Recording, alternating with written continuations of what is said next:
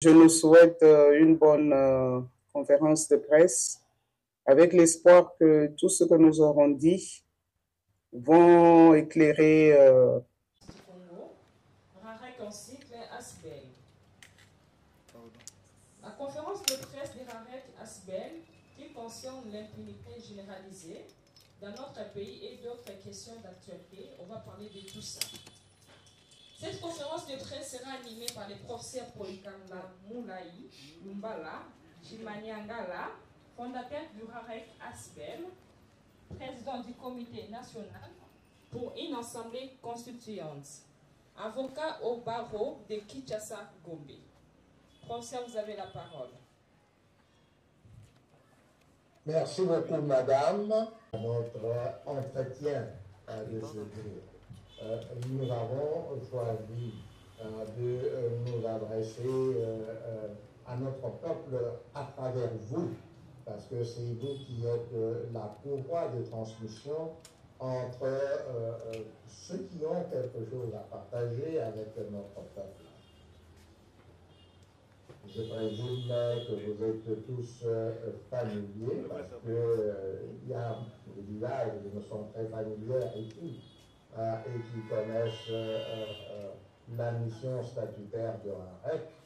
Mais je vois qu'il y a aussi des nouvelles figures, en particulier Télé 50, sur une chaîne importante dans notre pays, mais sur laquelle nous n'avons pas encore eu le privilège de paraître. Mais avant d'aller plus au-delà, plus en avant avec notre presse, notre entretien de ce jour, je m'en voudrais de ne pas évoquer le drame qui s'est passé dans notre pays il y a à peine 3 jours. Dans la nuit du lundi, du dimanche au lundi, 129 compatriotes ont été abattus. Il s'agit de compatriotes qui étaient emprisonnés à la prison centrale de Makala. Et le vice-ministre de la Justice avait signalé seulement 2 morts. Mais le ministre de l'Intérieur a précisé qu'il y a eu 129 morts par balle et par étouffement, a-t-il dit, pour d'autres, et plusieurs blessés. Et ça, c'est un drame, puisque l'article 16 de notre Constitution proclame que la vie est sacrée, la vie de toute personne humaine, quelle que soit la situation, le crime qu'il a commis. Personne ne peut être exécuté sommairement. La tentative d'évasion d'une prison est une infraction qui n'est pas punissable par la peine de mort. Et donc, exécuter froidement des compatriotes qui ont tenté de s'évader ne peut être justifié en aucune manière. Nous savons tous que ce n'est pas la première fois que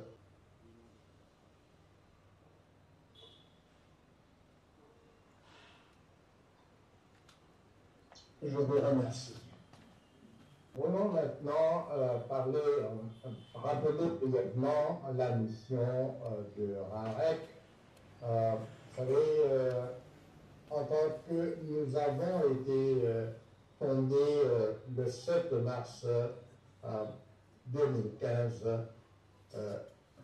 avec pour mission de conscientiser notre peuple sur le fait que nous sommes nous-mêmes comptables et redevables de la régression de notre pays. À la date du 30 juin 1960, lorsque notre pays est devenu indépendant, la position que nous occupions en Afrique était celle la première colonie la plus avancée de l'Afrique noire. Aujourd'hui, 64 ans, tristement, nous occupons la 4e place du pays le plus pauvre du monde.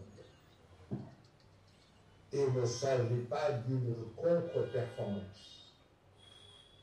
Il s'agit d'une descente vertigineuse aux enfers. Et ceux qui nous gouvernent ne cessent de nous faire croire que cette régression est due au fait que nous sommes encore toujours colonisés. Et alors, si nous sommes encore toujours décolonisés,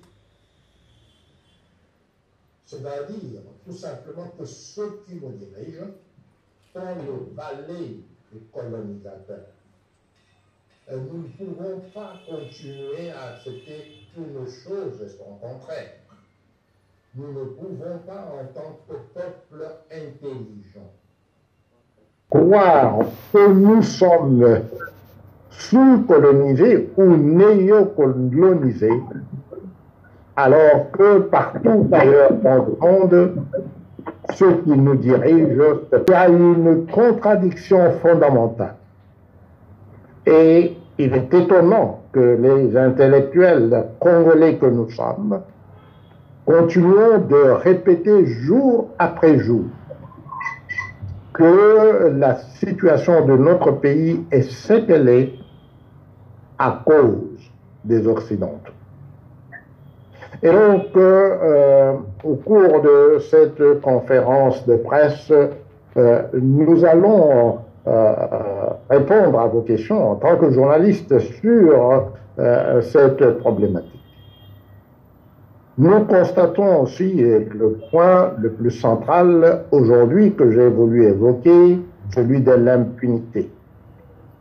L'impunité est généralisée dans notre pays. Ce n'est pas moi qui le dis, c'est le président de la République lui-même qui ne cesse de le dire. C'est le ministre de la Justice actuel qui a dit non, ce pays, dans notre pays, la justice ne fonctionne pas du tout. Et donc moi, lui le ministre, a pris sur lui de assumer sa responsabilité de manière exemplaire. Le ministre Mutamba a pris un communiqué qui, en date du 5 août, invitant toute personne qui a des griefs à faire contre la justice de notre pays. Parce que dans l'exercice de...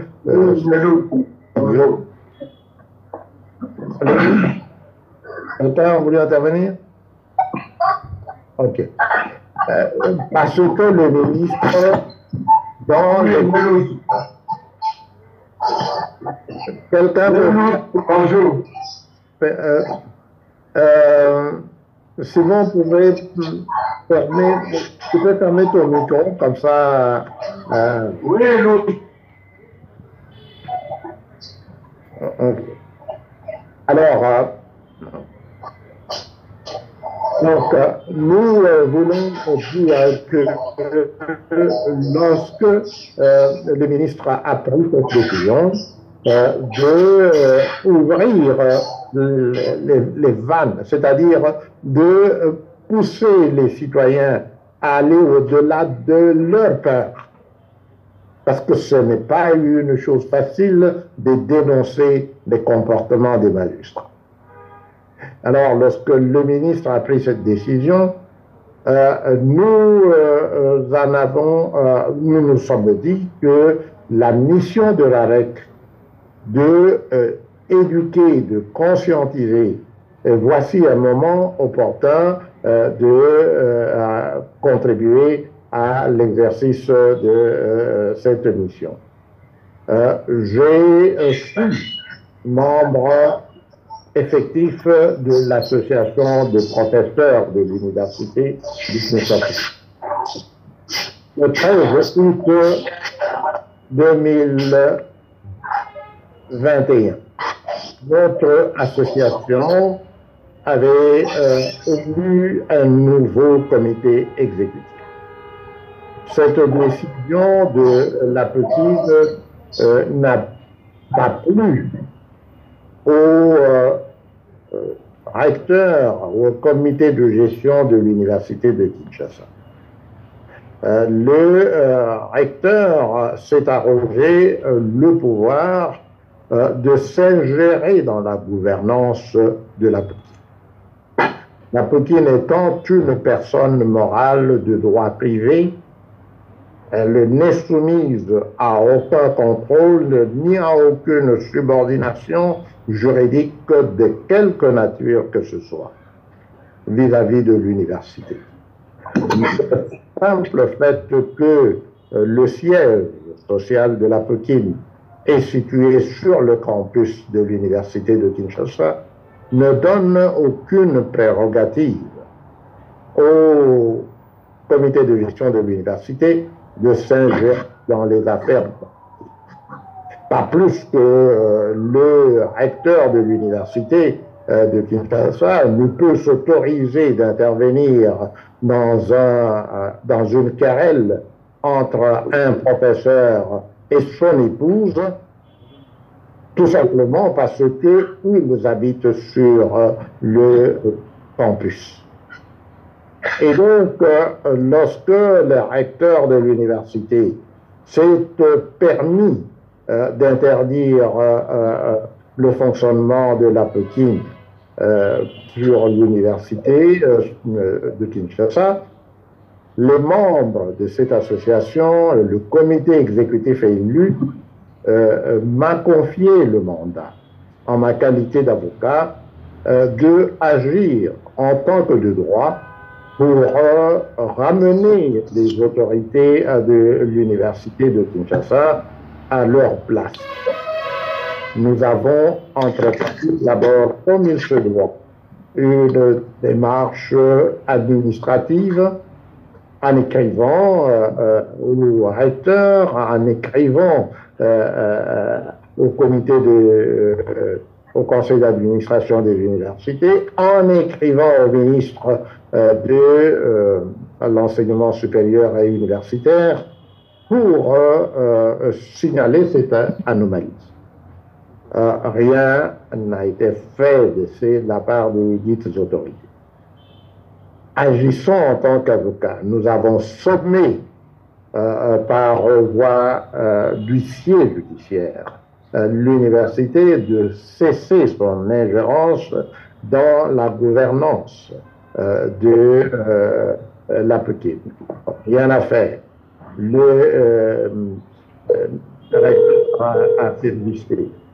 Et donc, en tant qu'avocat, respectueux de la loi, et la Pékin, notre client respectueuse de la loi, mais on ne peut pas s'arrêter comme ça dans un état de droit. En dernier ressort, c'est le juge qui doit intervenir. C'est ainsi que le 22 décembre, en désespoir de cause, nous avons introduit une requête en annulation de la décision illégale du recteur de l'université de Kinshasa. Compte tenu de l'urgence de la situation, nous avons introduit en plus de cela une requête en référé.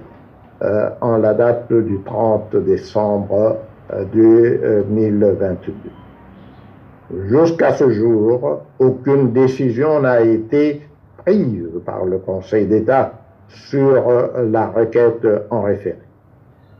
Il a fallu une menace de prise à partie pour que finalement le Conseil d'État prenne une décision et rend un arrêt d'irrecevabilité de la requête. Alors qu'une irrecevabilité est une chose qui pouvait être, une décision qui pouvait être annoncée très rapidement. Il nous a fallu attendre aussi longtemps. Et donc, vous voyez que là, déjà au niveau du Conseil d'État, il y a eu une violation flagrante de la loi, puisque le juge est tenu de rendre une décision,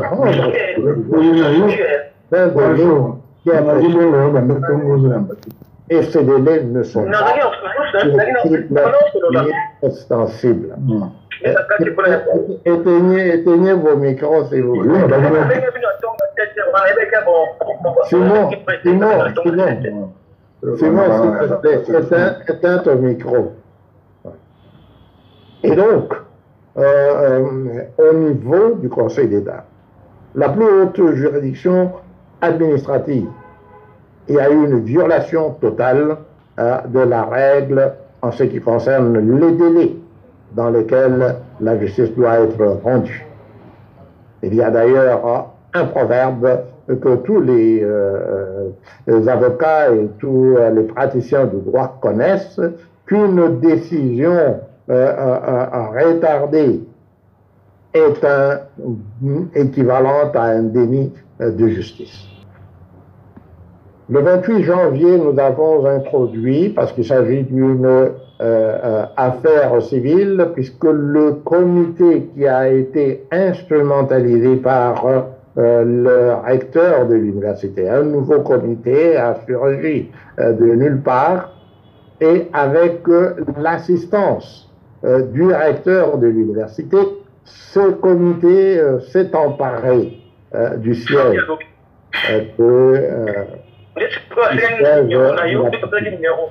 et puisque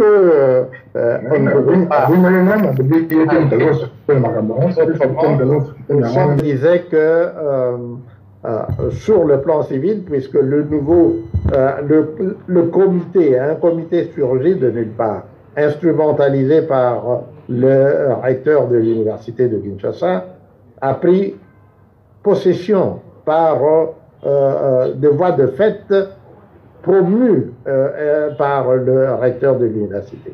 C'est comme ça que nous sommes allés devant le juge civil le 28 janvier 2022 pour demander d'agir en urgence. Nous avons introduit une demande d'assignation à bref délai pour des mesures conservatoires qui visaient à maintenir les choses en état jusqu'au moment où le juge aurait rendu sa décision.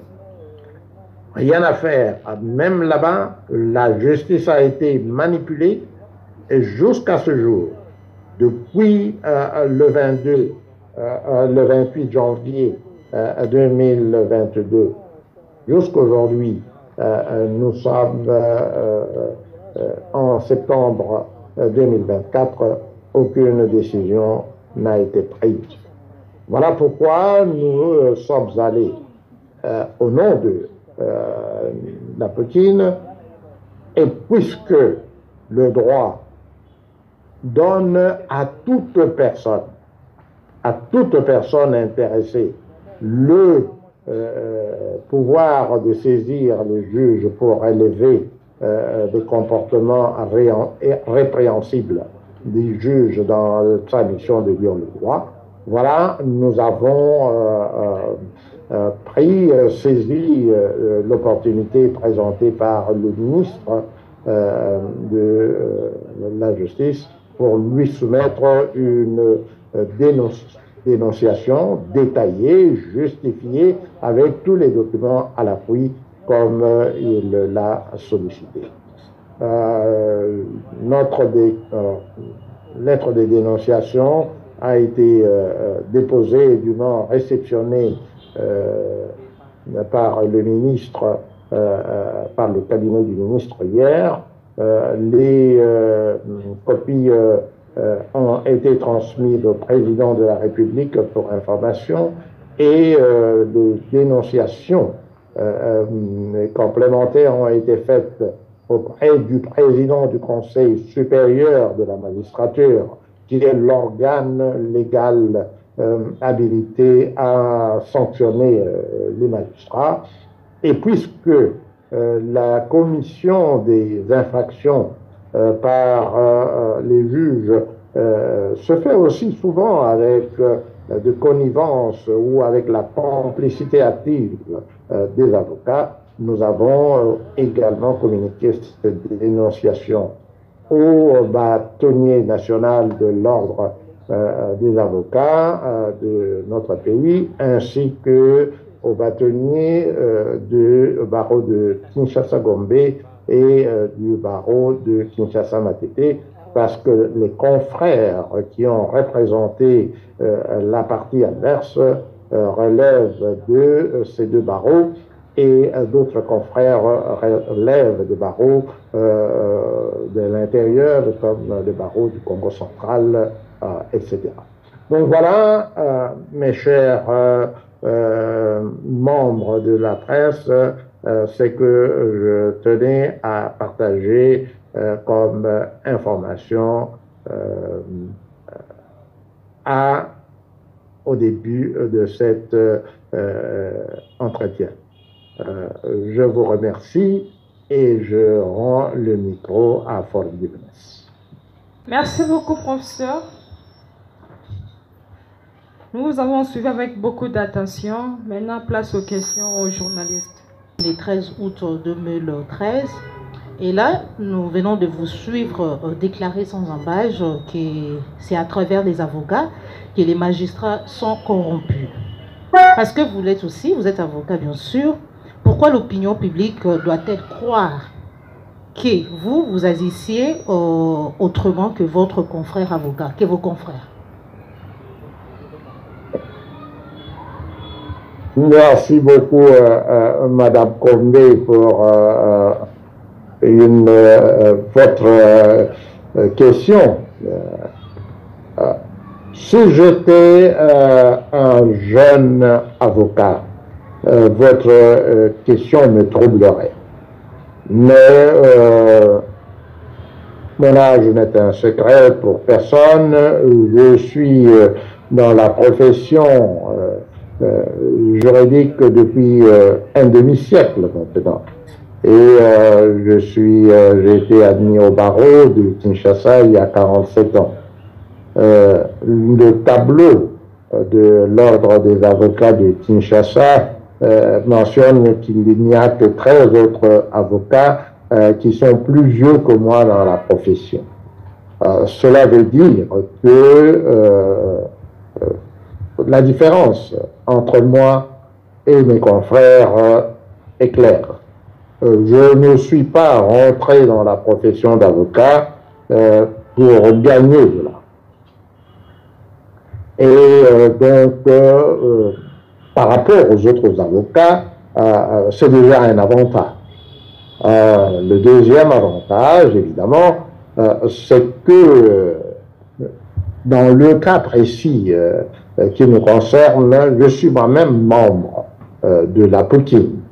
Et donc, j'ai un intérêt actif à défendre les intérêts de l'association à laquelle j'appartiens.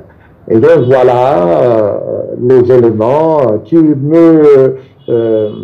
doivent permettre à l'opinion publique de comprendre que j'agis dans cette affaire avec beaucoup plus d'indépendance que tout autre avocat, dois-je dire, puisque ceux qui ont dit que les avocats dans notre pays agissent en complicité avec les magistrats, ce sont les magistrats eux-mêmes. Ils n'hésitent pas, ceux d'entre eux qui sont courageux reconnaissent que oui, il y a des magistrats corrompus, mais ces magistrats corrompus le sont à travers les avocats qui servent de conduit de cet argent qui rend les magistrats de notre pays si corrompus. Donc voilà, je pense que votre question a été une question délicate, mais j'ai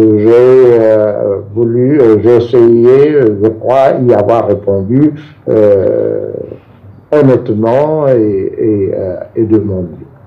Merci. Merci beaucoup, professeur Monsieur Chevalier, pour la deuxième question. Professeur, j'ai religieusement suivi votre présentation. J'ai une question. Vous avez exprimé votre admiration à l'endroit du ministre de la Justice pour le courage qu'il a exhibé en s'attaquant ouvertement à la magistrature dans sa globalité. Le courage du ministre a irrité sérieusement le magistrat dont les syndicats ont réagi de manière virulente contre les sorties médiatiques du ministre. Le premier président et le procureur général de la Cour de cassation ont visiblement tenté de recadrer le ministre, comme on l'a vu à la sortie de l'entretien que le ministre leur avait accordé. Qu'en dites-vous? Okay. Encore une question difficile, mais à laquelle je vais répondre. Le courage du ministre est un courage exceptionnel.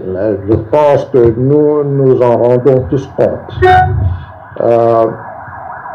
Hier ou avant-hier, j'ai appris que le bureau du ministre a été, comment est-ce que je dirais, violé, pour ne pas utiliser un autre terme, parce que des intrus s'y sont rendus et que un poison aurait été éparpillé partout dans son ministère ou dans son bureau. J'ai lu à travers les réseaux sociaux que des membres de son ministère ou de son cabinet sont contaminés par le poison. Le ministre se trouve en ce moment à l'intérieur du pays. On a essayé d'établir, c'est lui-même qui le dit, de corrélation entre les tentatives d'évasion à la prison centrale, l'effraction qui a été commise dans ses bureaux et le poison qu'on aurait laissé là. Tout ça amène à nous poser des questions. Moi, je suis juriste et donc l'esprit d'un juriste fonctionne et dit, mais comment est-ce que pour neutraliser le ministre, on sait parfaitement qu'il n'est pas à Kinshasa et on va aller par effraction dans son bureau et on ne trouve pas mieux à faire que d'y mettre le poison. Ça devrait nous faire réfléchir. Qui peut faire ça? C'est dans un endroit aussi sécurisé et tout qui devrait être sécurisé, comme le ministère de la Justice. On peut y entrer comme ça et faire ce qu'on nous dit qu'il a été fait. Ça doit pousser toute personne à se poser la question. Est-ce que ça rappelle un peu ce qui s'est passé avec la tentative de coup d'État où on va faire un coup d'État au Palais de la Nation? Alors, il y a des comportements qui paraissent surprenants dans notre pays, pour ne pas dire bizarres. Et donc, moi, je suis plein d'admiration pour le courage du ministre Et parce que ce courage du ministre n'est pas égalé par les répondants, les justiciables que nous sommes. Je ne sais pas, on verra combien de justiciables ont répondu à l'appel du ministre concernant la dénonciation des comportements mafieux, comme le ministre l'a appelé lui-même, dans le fonctionnement de la justice. Et donc, nous devons, nous, en tant que citoyens, reconnaître le mérite là où il est, et j'applaudis, moi, personnellement, notre ministre de la Justice. C'est un jeune ministre, comme chacun le reconnaît, qui a exhibé un courage qu'aucun autre ministre de la Justice n'a exhibé jusqu'à présent dans notre pays.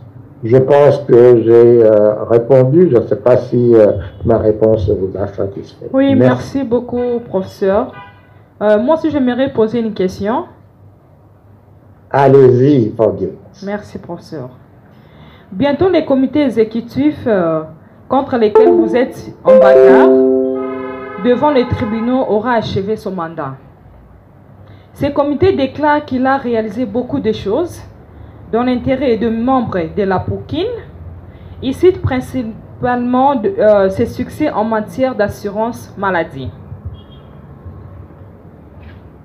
Mais vous venez de perdre 3 ans dans les incarnes judiciaires sans aucun résultat palpable pour votre client, le professeur Kitombole. Continue-t-il à vous faire confiance? Quel résultat positif espérez-vous décrocher pour lui au terme de ce combat judiciaire? Bien, je voudrais d'abord clarifier cette question, parce que j'avais parlé de mon client, le professeur Kitombole. Oui, exactement. J'avais entendu que cette affaire a été introduite devant le Conseil d'État, pas contre le professeur Kitombole, parce que le professeur Kitombole, le Conseil d'État juge les actes et non pas des individus. Et donc, lorsque nous sommes allés au Conseil d'État, notre client, c'est la Poukine. Et la Poukine continue à être notre client jusqu'aujourd'hui parce que c'est une personne morale. Pendant que le procès était en cours, le procès civil et le procès administratif, le recteur de l'université de Kinshasa a porté une plainte pénale contre le professeur Kitombole. Et c'est à ce moment-là, la plainte du recteur de l'université a été portée devant le procureur général du parquet de Matete le 4 février, c'est-à-dire 3 jours après le début de l'audience à Matete.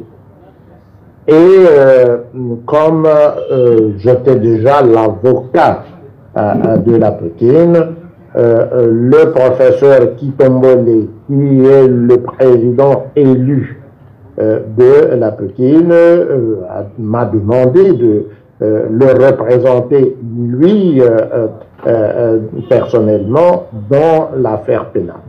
Donc, d'un côté, j'ai accepté de défendre le professeur Kitombole, tout en continuant la procédure et la défense des intérêts de la Poukine. Donc les deux intérêts ne sont pas les mêmes. J'ai deux clients, la Poukine et le professeur Kitombole. En ce qui concerne le professeur Kitombole, nous avons gagné le procès depuis le premier degré. Le professeur Kitombole a été acquitté. Les adversaires du professeur Kitombole ont continué à le poursuivre. Ils sont allés en appel au pénal. Et nous avons continué à défendre le professeur Kitombole jusqu'en appel. Et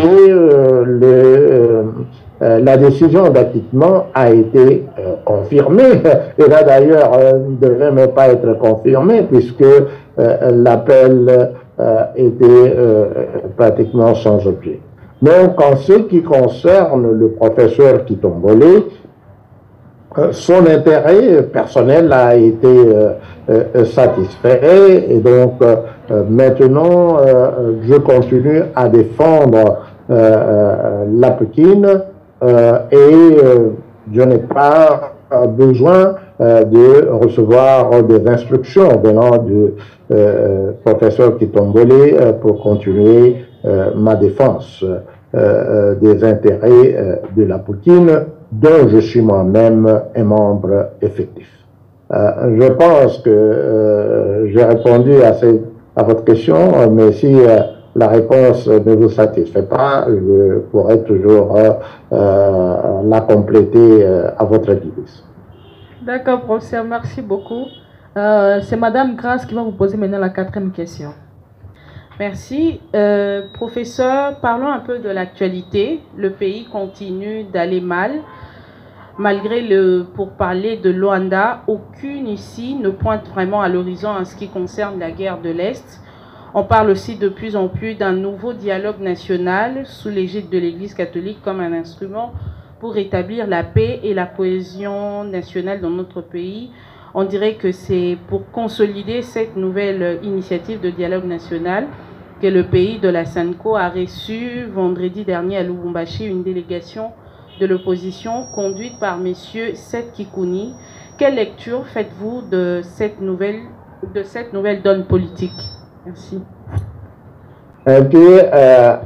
Avant de répondre à votre question, permettez-moi d'accueillir sur le plateau de Zoom monsieur Mbo Ilenga, qui est un collègue de la Banque mondiale, qui est ici à Washington et qui vient de nous rejoindre. Bonjour Alain. Bonjour professeur. Okay, merci beaucoup. Alors, la question qui vient d'être posée par Madame, c'est Madame Rantin? Grâce. Ok.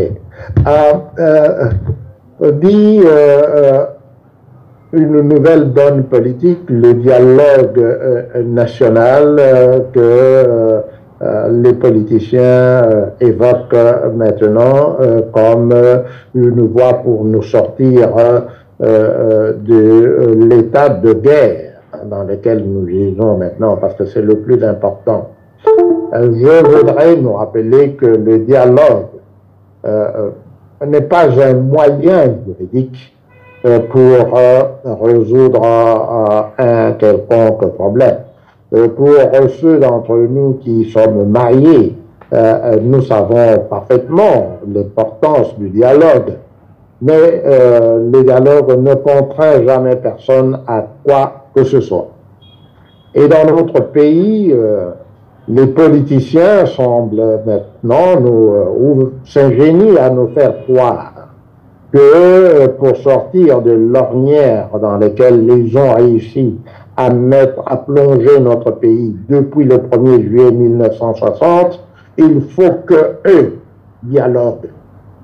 Et c'est ça qu'ils appellent le dialogue national. Une conversation entre les politiciens. Et une conversation entre les politiciens pour obtenir quoi? Ne nous y trompons pas. Les politiciens veulent converser entre eux pour se partager le pouvoir. Ça a été le cas depuis le 1er juillet 1960 et ça sera le cas si ce qu'on appelle aujourd'hui dialogue national devait de nouveau être organisé. Et depuis 1960 jusqu'à aujourd'hui, qu'est-ce qui s'est passé dans ces fameux dialogues?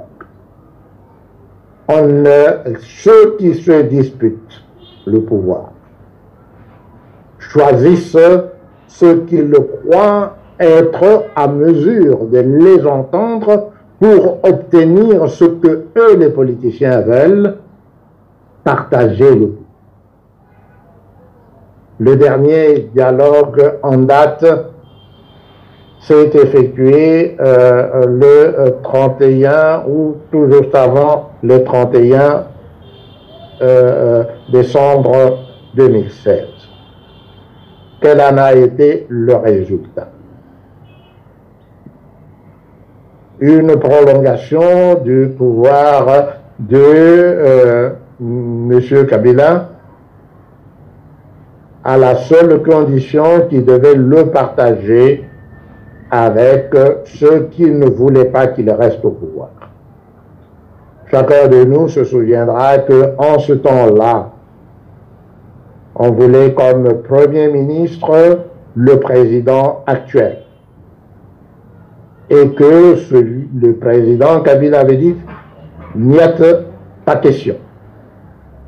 On est passé, comme vous le savez, par un certain Tchibalabala, et puis ensuite un certain Badibanga, et nous connaissons où ça nous a amené. En 2018, lorsque nous avons connu ce que nous avons connu, on a voulu de dialogue, et celui qui était assis sur le pouvoir a dit pas besoin de dialogue, je vais partir en tout état de cause, mais je partirai selon mes termes, mon dictat à moi. Et nous connaissons la suite. Maintenant, il y a eu ce qu'il y a eu, des élections dites démocratiques. Celui qui les a gagnées dit qu'il les a gagnées avec 73% de 40%. Parce que nous savons que plus de 57% de notre population n'avait pas participé aux élections. Donc lorsqu'on parle d'un pourcentage de la moitié, donc ce n'est pas le pourcentage du pourcentage. Et donc, qu'est-ce que le dialogue national signifie? C'est-à-dire pas un dialogue du peuple, mais un dialogue des politiciens entre eux. Et alors, tout le monde nous prend pour des demeurés. Parce que comment est-ce que les politiciens qui se parlent entre eux, on appelle ça dialogue national. Et même si c'était un dialogue national, ce n'est pas un mécanisme juridique pour régler la situation de guerre dans laquelle notre pays se trouve aujourd'hui. Et lorsqu'on a entendu M. Kikuni à la sortie de son entretien avec le président, Monseigneur Mouteba, président de la CENCO, M. Kikuni s'est déclaré être le nouveau chef de l'opposition.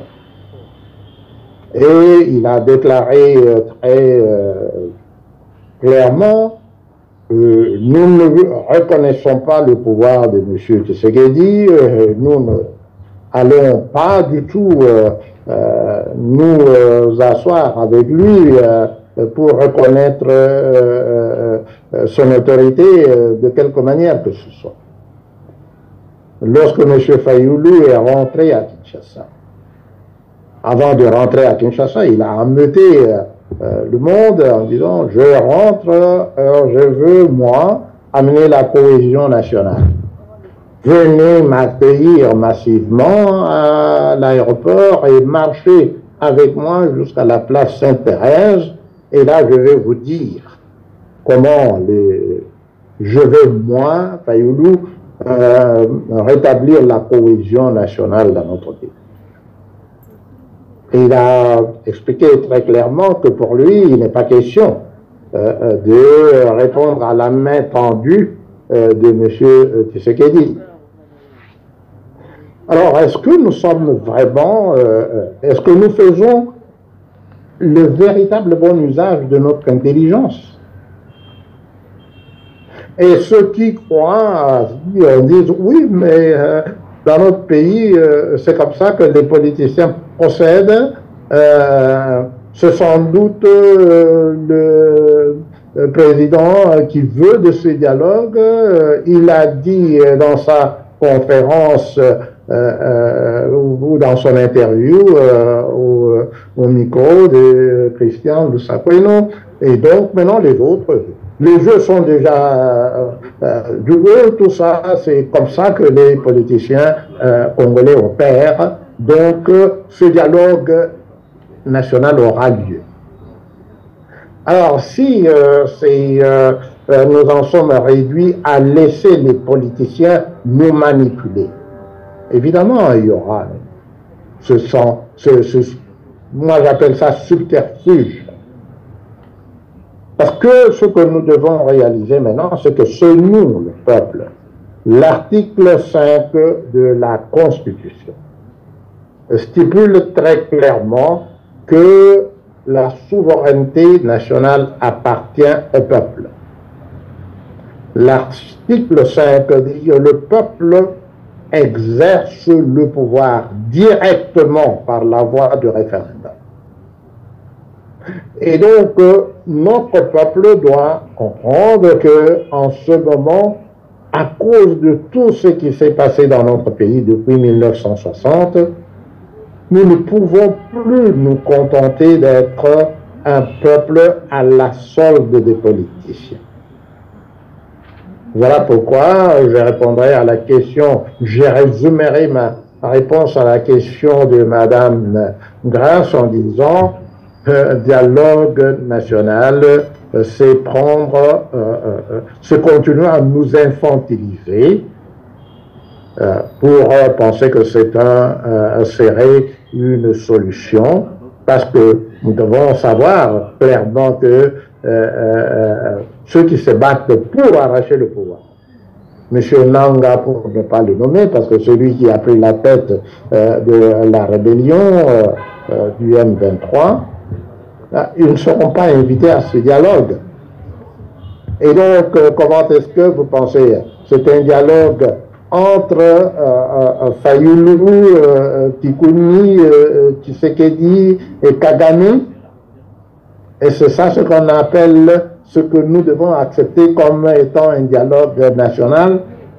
Indépendamment de cela, dialogue national ne signifie pas n'est pas un mécanisme juridique pour redresser un pays qui est en ruine comme le nôtre.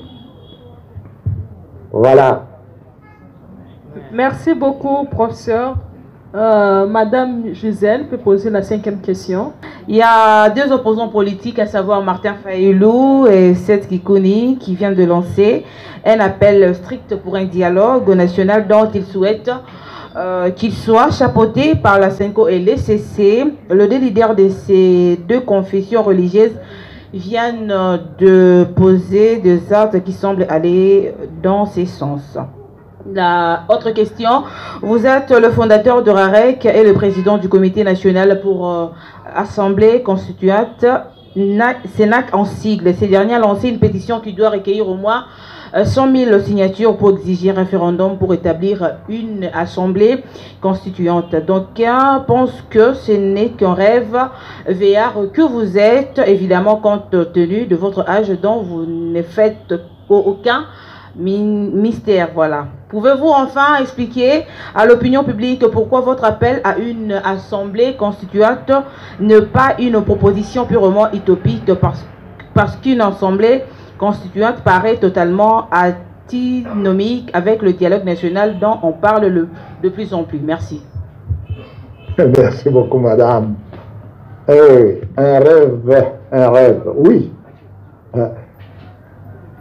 Alors, qui d'entre nous ici n'a pas rêvé?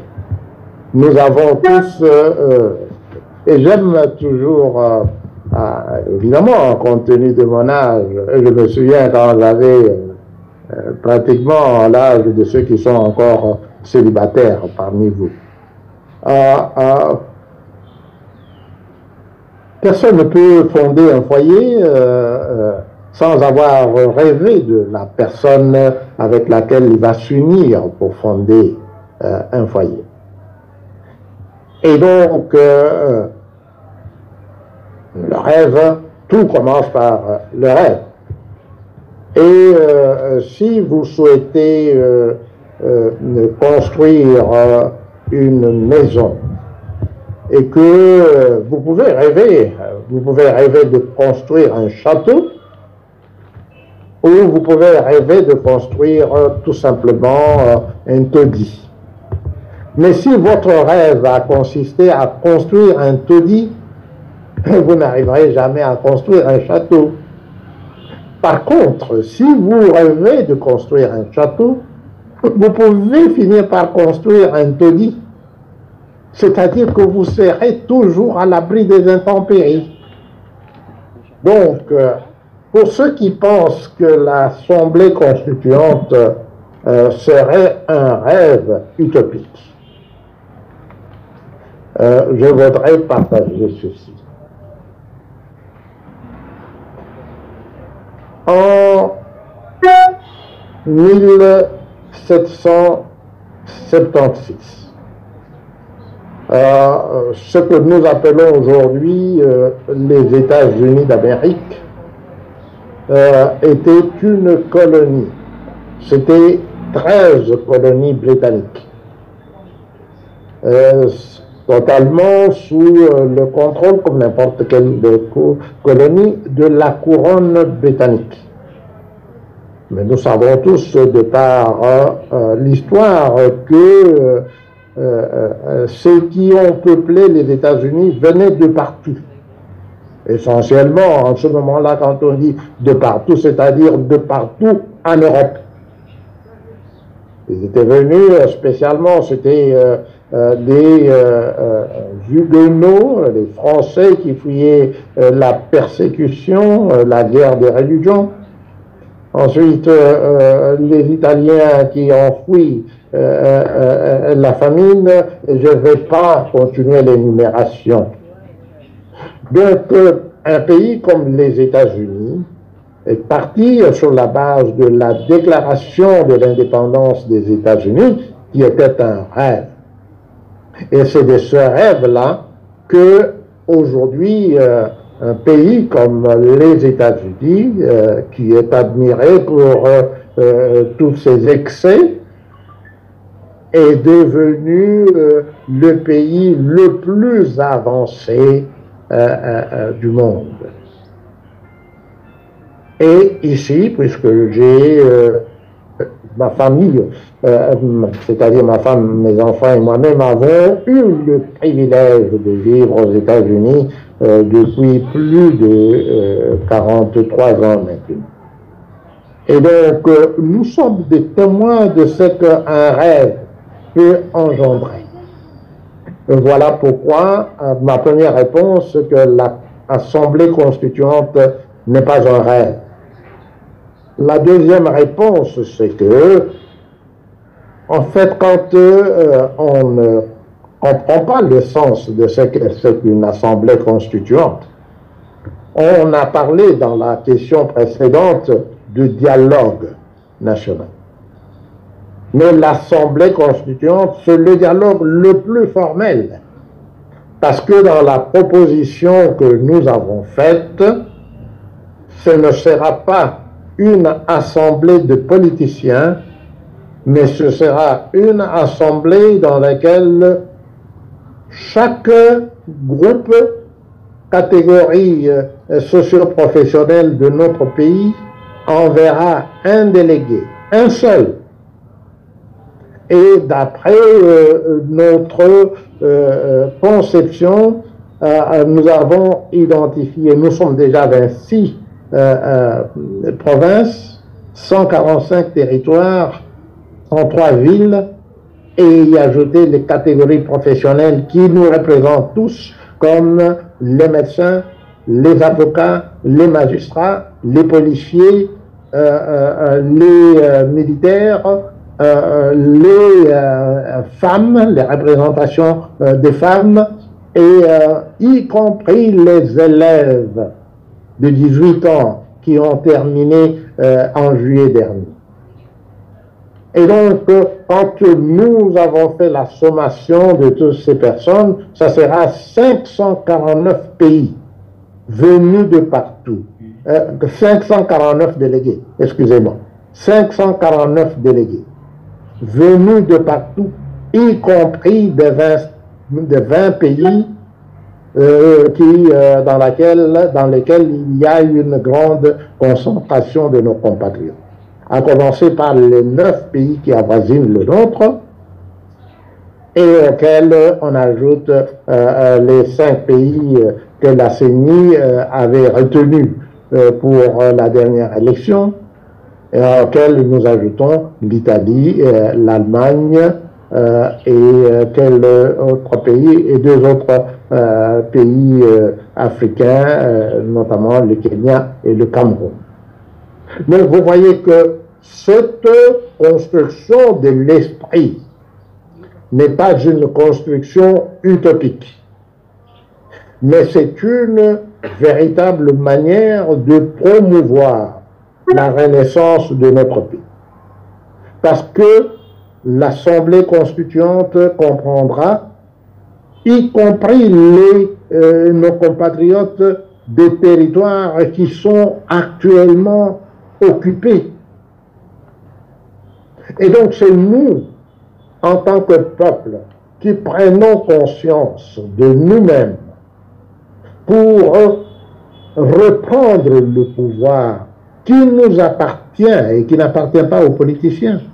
Les politiciens ont confisqué le pouvoir depuis 1960 et depuis lors, ils utilisent toutes sortes de subterfuges pour nous infantiliser davantage afin qu'ils puissent continuer à faire ce qu'ils font. Donc voilà pourquoi l'Assemblée constituante n'est pas une utopie, c'est une construction de l'esprit, évidemment, et nous espérons, nous sommes convaincus que dans notre pays, nous savons faire un bon usage de notre intelligence et que nous arriverons en tant que peuple à faire ce bon usage de notre intelligence collective en comprenant que ce n'est qu'à travers l'Assemblée constituante que nous réussirons cette gageure de réunifier notre pays, de prendre le plus bel élan pour bâtir un pays plus beau qu'avant dans la paix et pour transformer notre pays en Eldorado africain. Voilà ce que je peux dire en réponse à la question de Mme Gisèle. Conversation que nous venons d'avoir et je suis très ravi de constater que vous avez répondu nombreux à notre invitation. Je voudrais, vous avez vu que j'ai partagé une prière parce que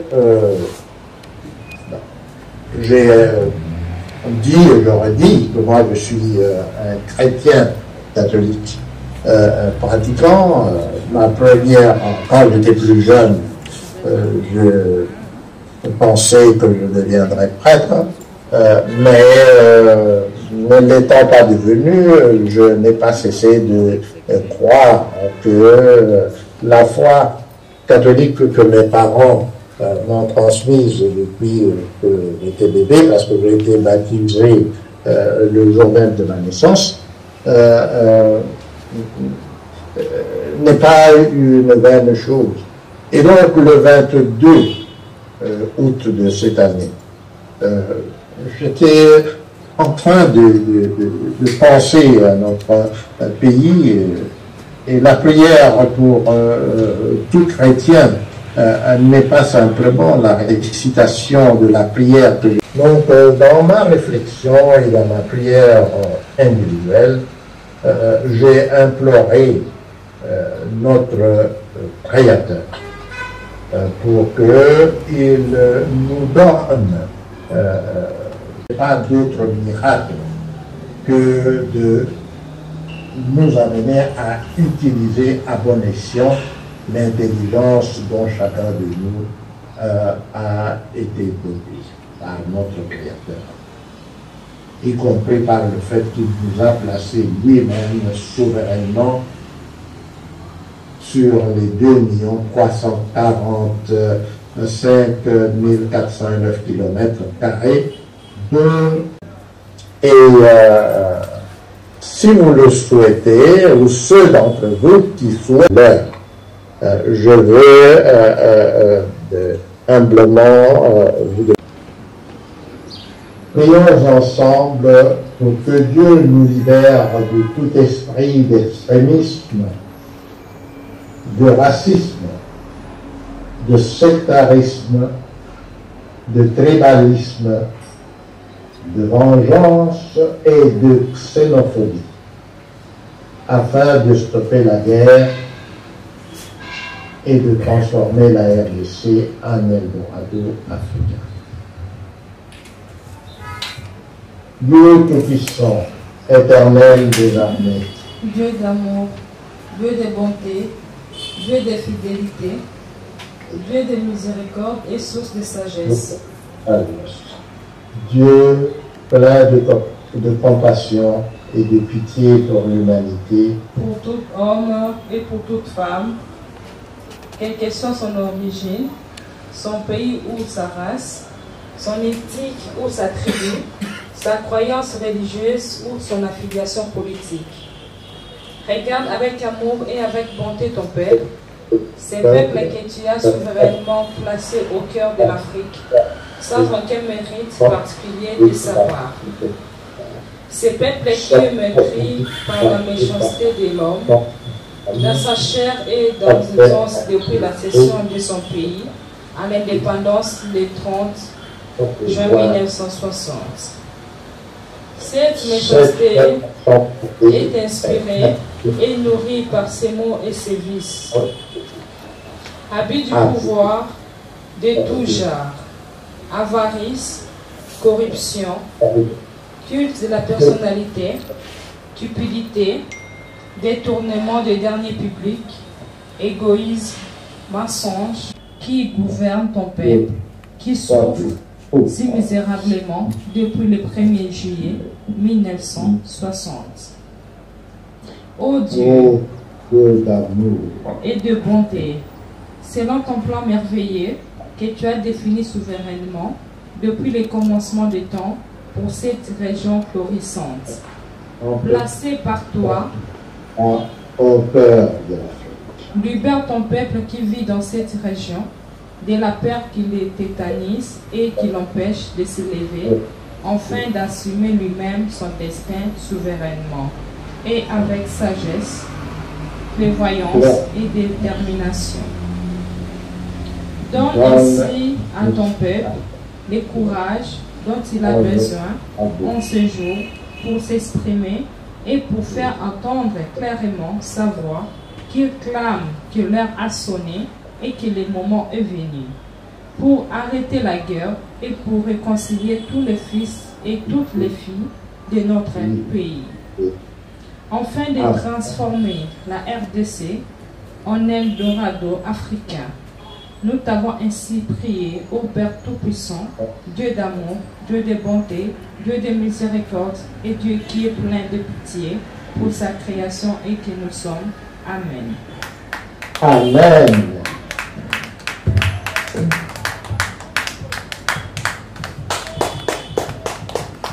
Voilà, nous sommes arrivés au bout de notre conversation. J'espère que nous en tirons la lettre que nous avons transmise au ministre, la dénonciation que nous avons transmise au ministre de la Justice pour que vous en fassiez ample dissémination, de même que le résumé écrit de nos échanges. Je vous remercie. Merci, professeur. Et merci, Madame Fordy, pour votre belle animation de cet échange avec la presse. Le plaisir est à moi, professeur. Merci.